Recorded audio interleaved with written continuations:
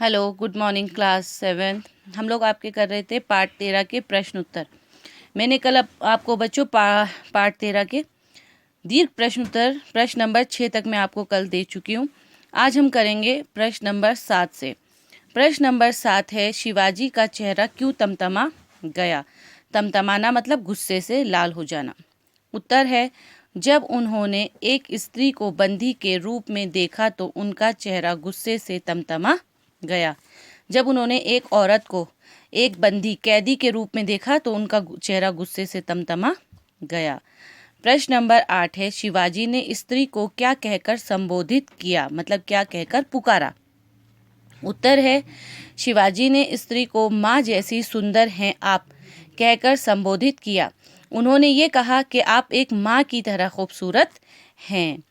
प्रश्न नंबर 9, शिवाजी ने ऐसा क्यों कहा कि उनका सिर लज्जा से झुका जा रहा है। उत्तर है आपका, क्योंकि उनके सेनापति ने एक स्त्री को बंदी बनाया और उनको भेंट स्वरूप शिवाजी को दिया, जिससे पूरी स्त्री जाति का अपमान हुआ। इसलिए शिवाजी ने कहा उनका सिर लज्जा से झुका जा रहा है। उनका सिर इसलिए झुक गया क्योंकि एक तो उनके सेनापति ने एक औरत को बंदी बनाया और दूसरा उपहार तोहफे के तौर पर शिवाजी को दिया, जिससे पूरी नारी जाति का अपमान हुआ, जिसमें उनकी भी माँ, बीवी, बहनें, बच्चे आते थे। तो इस वजह से उनका सर लज्जा से झुका जा रहा था। अब है इसका व्याकरण भाग यानी कि ग्रामर भाग। पहला आपका प्रश्न है, ग्रामर का निम्नलिखित वाक्यों में रेखांकित शब्दों के कारक भेद बताओ। कारक का भेद बताना है जो शब्द अंडरलाइन किए गए हैं। क है आपका, सोनदेव ने कहार को बुलाया। इस लाइन में कहार को अंडरलाइन किया गया है, तो यह है कर्म कारक, क्योंकि कहार काम कर रहे थे। ठीक। दूसरा है ख। घ है, डोली से स्त्री निकली। यहाँ पर डोली शब्द को अंडरलाइन किया गया है, इसके साथ जोड़ा गया है स्त्री निकली, बाहर आई, मतलब अपादान कारक। ग है आपका, शिवाजी का चेहरा क्रोध से तमतमा गया। इसमें है क्रोध। क्रोध है कर्ण कारक। घ है आपका, हे देवी मैं आपको माँ समान मानता हूँ। यहाँ पे देवी को अंडरलाइन किया गया है, तो संबोधन कारक, मतलब देवी के नाम से उन्हें पुकारा गया। ड है आपका, कल्याण प्रांत पर हमने विजय पाई है।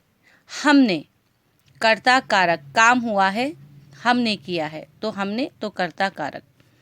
मैं स्त्रियों का आदर करता हूँ।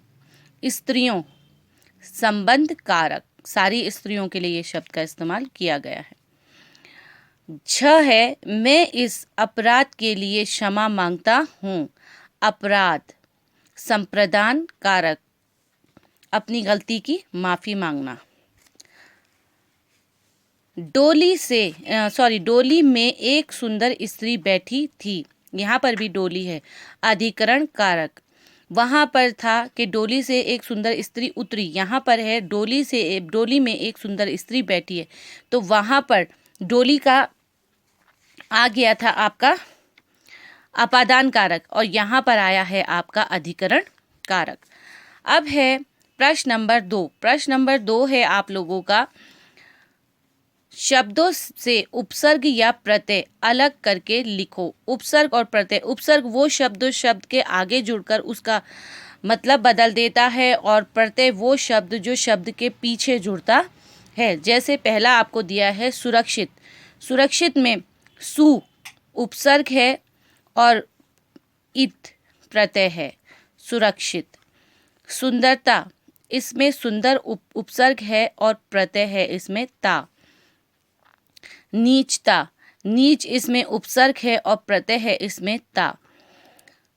खुशी, खुश इसमें उपसर्ग है और ई इसमें जोड़ा गया है, तो वो है प्रत्यय।